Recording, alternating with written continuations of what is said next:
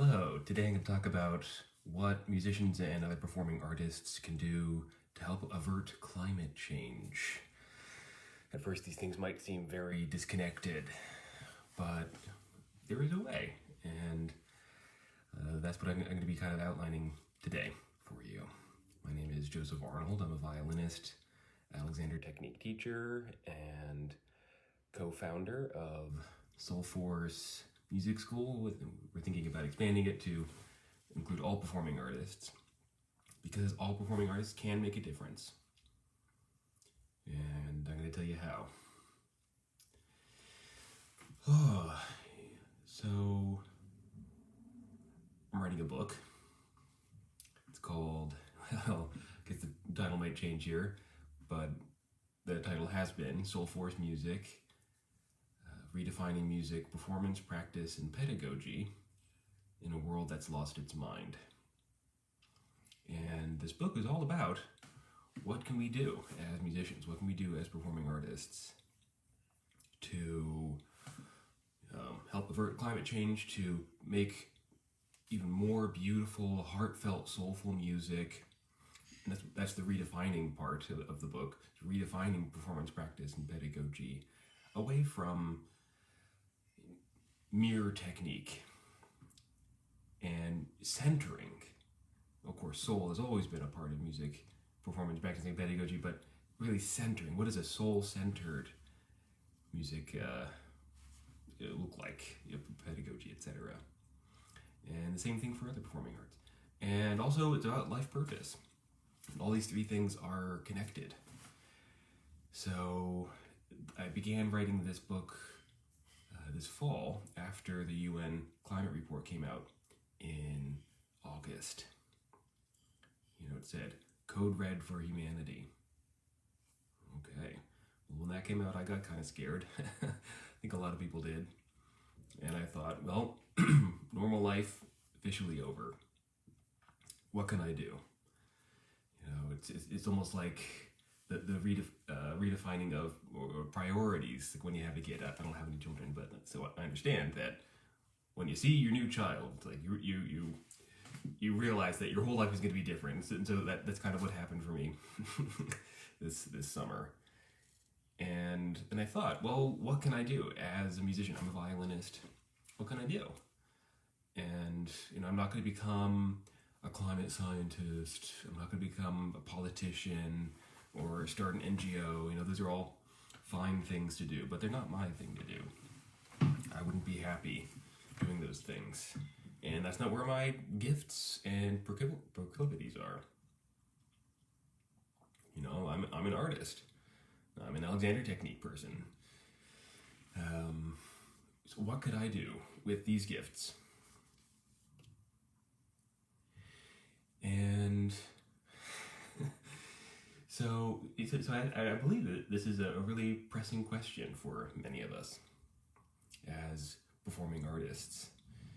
It seems so disconnected, what we do. It seems so disconnected from the big problems of the world. But that really is only because we tend to view the causes of big problems like climate change from a particular point of view, and one that's not necessarily true.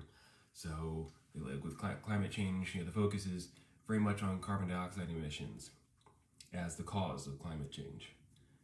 Like, okay, well, they certainly play a role, but what causes carbon dioxide emissions? Well, it's our industry, right? The fossil fuel infrastructure. Well, what drives that? Well, it's our corporate incentives and government incentives and healthcare and agriculture and education and food systems, our community systems. All these systems of the world interlock and support each other and cause bring about they sort of incent each other.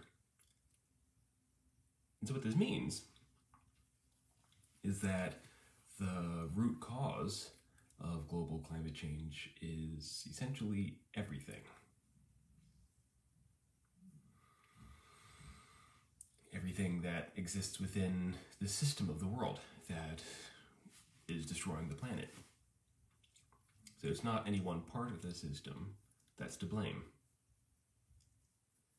Even, what we might call like greedy capitalists and those polluters, right? Well, those people are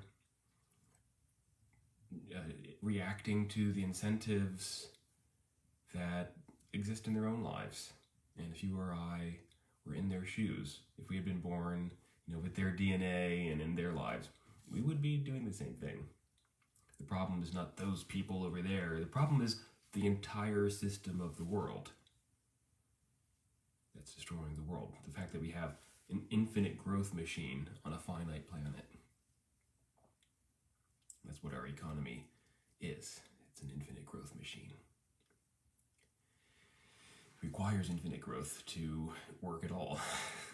So obviously that's not going to work, right? But there's a particular point of view or a particular worldview that makes it, wherein that makes sense. So in what frame of mind does infinite growth in a finite system actually make sense? So here I'm going to be borrowing from the work of Charles Eisenstein, who's one of my favorite thought leaders. He talks about the story of separation. The story of separation is basically the undergirding worldview that supports the world-destroying machine. It says that I'm over here, you're over there. What happens to you over there doesn't really affect me. So, I can go pollute over there, and that's not going to affect me because I'm over here. And what happens to me is not going to affect you either. It goes very, very deep.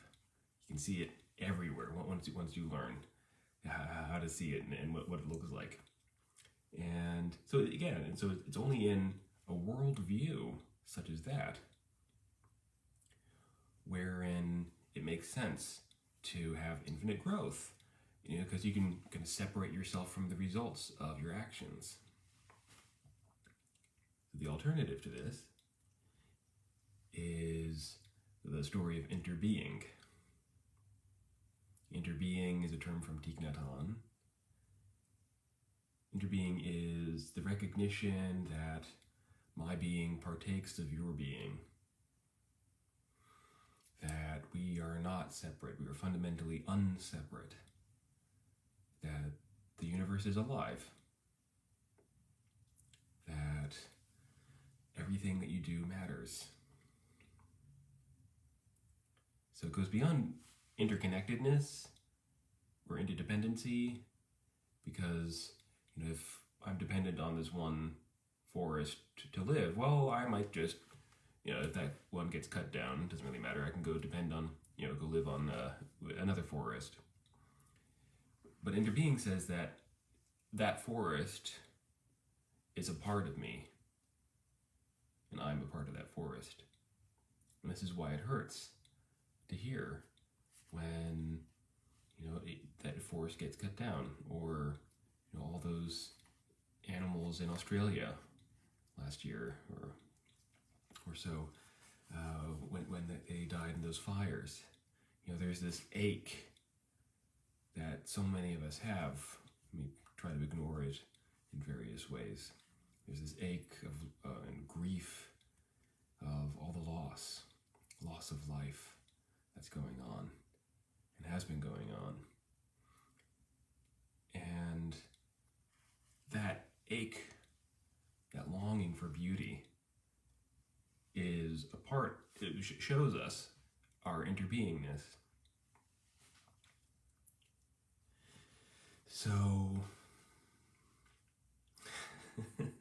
there's so much I could say. So, the cause of climate change is basically everything that happens within the story of separation. And most of what each of us does in daily life, if we depend on this system of the world that is destroying the world, and most everything that we do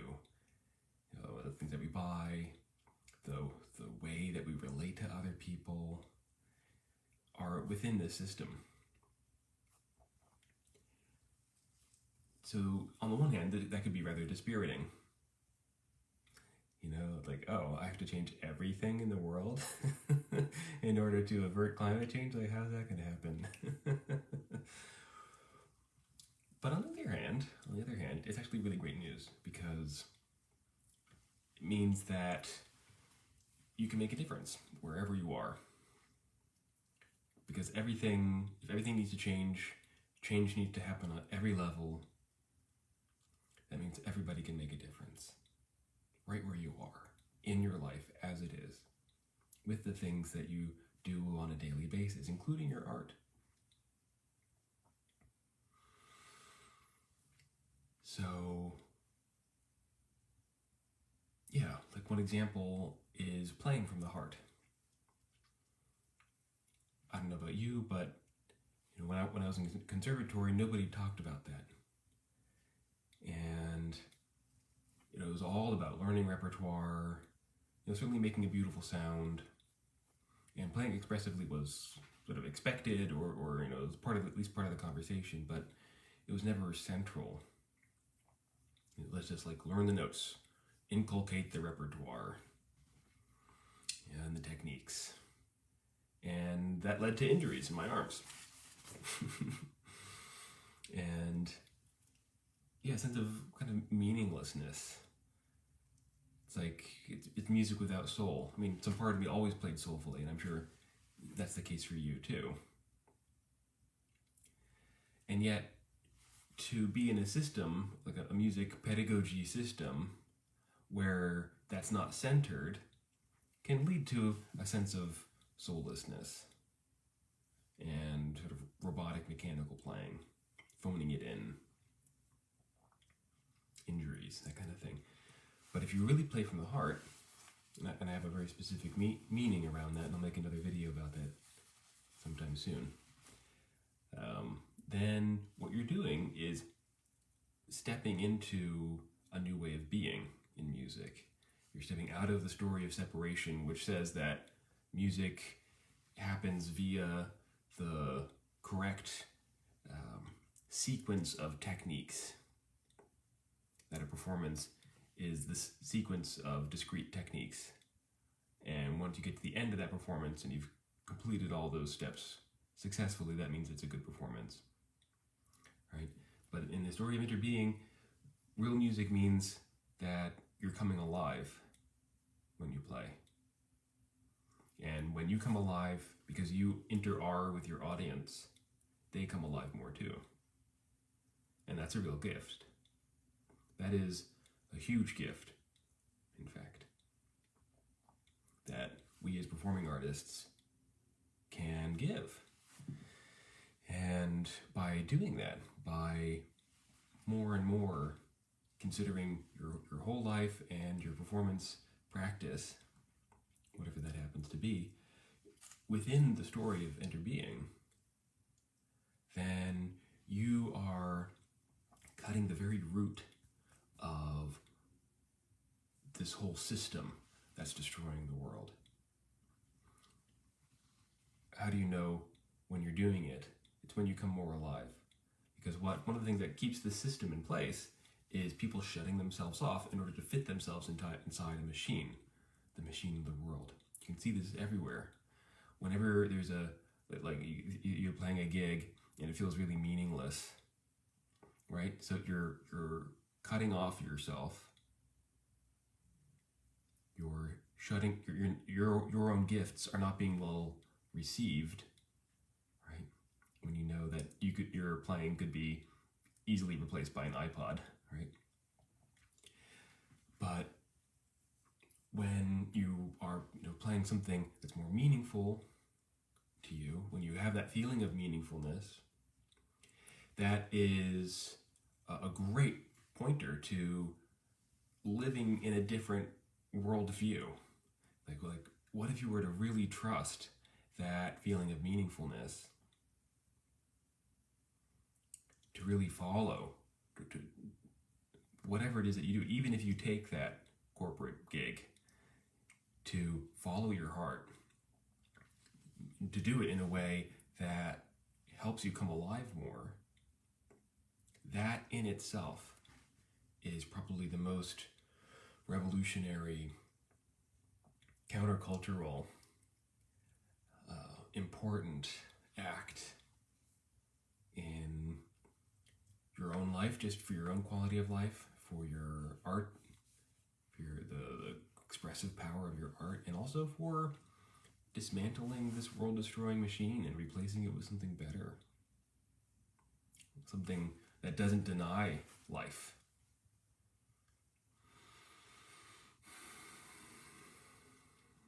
So, there's a lot more I could say about all that, but I'm going to get back to writing. So just consider, maybe this is some homework for you. One is, begin to notice your inner compass. You know, when those times when your heart goes, ugh, just notice that. Like, what's going on in that situation? What choice are you making about whether or not to do something, or how you are when you're doing something, how you approach something? You know, can you, is there space inside for a different choice? Instead of something that makes you go, that makes you cringe or like shut off inside. What if you were to make a different choice somehow or another? Either to do something else or to do it in a different way that could help you come alive. You'll notice that your body gets easier, you'll have more energy, you'll have the feeling of meaningfulness, and you can know that what you're doing makes a difference. It really does.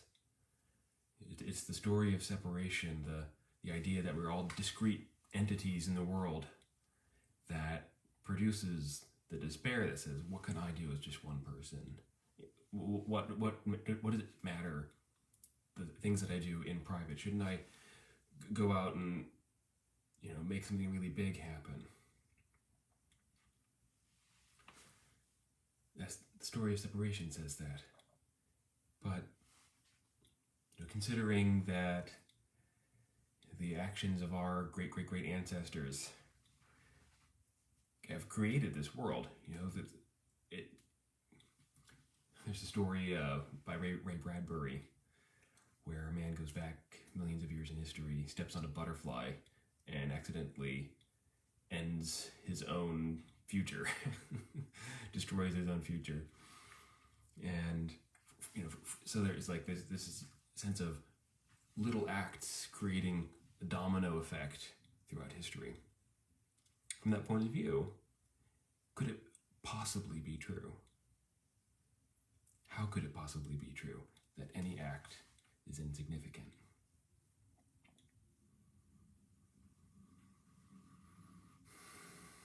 So, the invitation is to play every note